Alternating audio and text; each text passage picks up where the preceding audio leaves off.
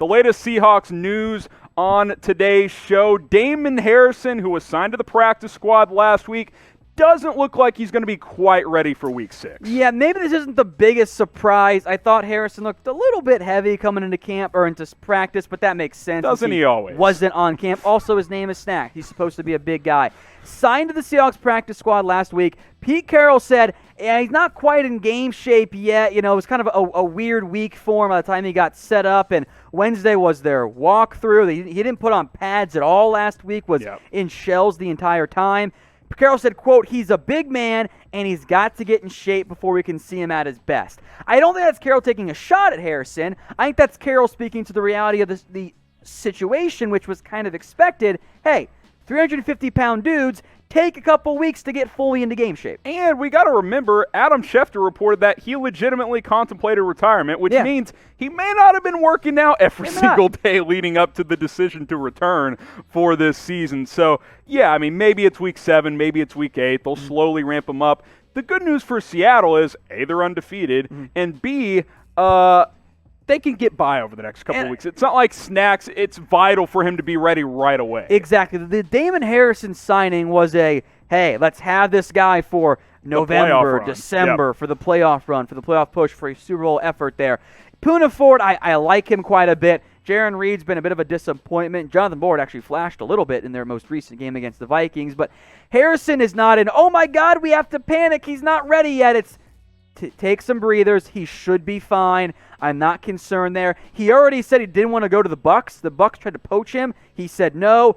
I think Harrison and Seattle are both aware this is a process. It might not come in week 7 after the Seahawks bye, but I do think that that's going to happen long term, that Seattle is going to be okay, and Harrison will make an impact, specifically as a run defender. And it's clearly a long-term play. That's why he signed with Seattle. He knows this is a team that has a chance to make a push at the Super Bowl. So that is your update on Snacks Harrison. How about this, Tom? Sticking with the Seahawks here. Russell Wilson, even odds to win NFL MVP through 5 games. Is very rare, and I think understandably so, because he's been awesome this year for the Seahawks. Aaron Rodgers is behind him, Patrick Mahomes, then Josh Allen, Lamar Jackson as well. I have been incredibly impressed by Russell Wilson. He's cooking. I put my bet on him, I think it was after week 1 when I realized, they're gonna let him cook all season. Yep. The odds are now really not great in terms of return on investment there. Yeah. But I think what we're setting up for here, Harrison, is a Wilson versus Rodgers, not only for the number 1 seed in the NFC, but for the MVP race as well. Yeah, absolutely. And he's been fantastic. And there's a reason he's even odds, because his numbers have been by far better than anyone else's. So we'll ask you guys, will Russell Wilson win NFL MVP this year? Type Y for yes, type N for no. I still think it's a little early to just declare Russell Wilson as the MVP winner, but he's clearly the front runner through 5 weeks of the season. I think that the numbers here truly do just kind of speak for themselves. The production and the impact and everything that Wilson has had on this offense. He, of course, is the main reason his team is 5-0, and I've always made this point for MVP compared to just evaluating quarterbacks. MVP, I don't like using quarterback wins to define if someone is good or not. MVP, quarterback wins matter. Yeah, and absolutely. Russell Wilson has those right now. I think he is correctly the MVP favorite right now. I like Aaron Rodgers being the number 2 guy. The Josh Allen MVP odds took a bit of a hit because he kind of regressed against the Titans, but I think Wilson should be the MVP favorite. And in the end, Harrison, I think he does win. That Russell Wilson to DK Metcalf connection this year, it has been absolutely unreal. Number 6 on our left bell destinations, the Seattle Seahawks. And I think Chris Carson is one of the most underrated running backs in the league. But you have to agree, he has struggled with injuries, not just this year, but also in the previous years, basically ever since he came out of OK State.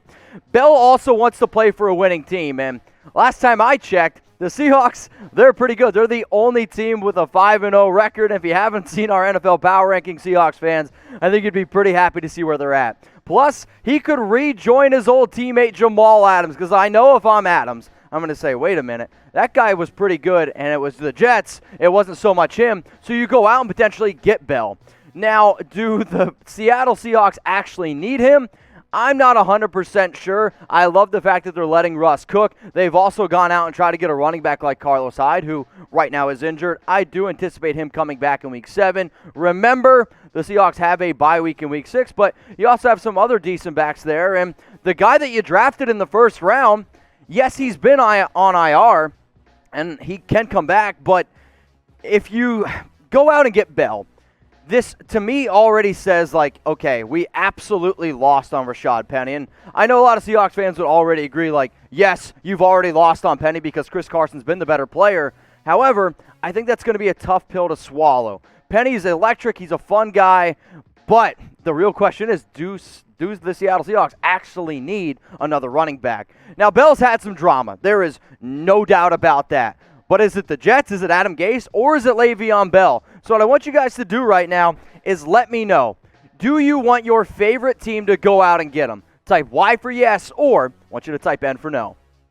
There's been some NFL rumors circulating that you could see NFL fans packing the stadiums again.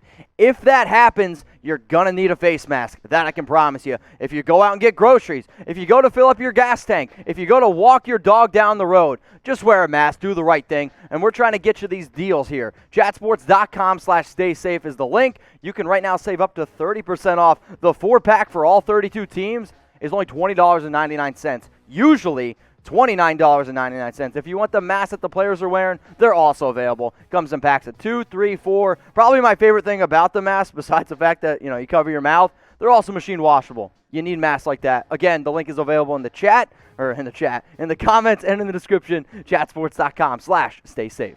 Now, an important note with Bell's contract, the Jets still owe him $6 million minus the value of the new deal. So what does that mean exactly? If a team goes out and gives him $3 million, the Jets then only offer him $3 million. Watch this math. If a team gives him $2 million, Jets only offer him $4 million. And it's really interesting to think about what he could potentially be getting because, let's face it, he hasn't been good with the Jets, right? I mean, 264 carries, 3 touchdowns, 863 yards on the ground, only 3.3 yards per carry.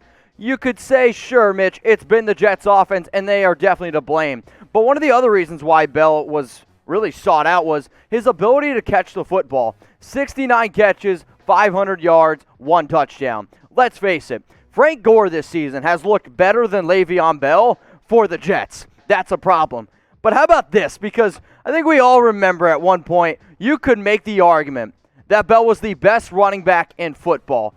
Here are his numbers with the Steelers. Maybe there's a part of me that's like, well, could he go back to Pittsburgh? Stay tuned. 321 carries in 2017. Remember, he sat out in 2018, still looking for that extra contract. But then the receiving game. I mean, when you watched Bell and his fit with this Pittsburgh offense, the patience, the vision, and just he was always in sync, like always. If you're a Backstreet Boys fan, I'm sorry, but he was always in sync with Big Ben and that offense.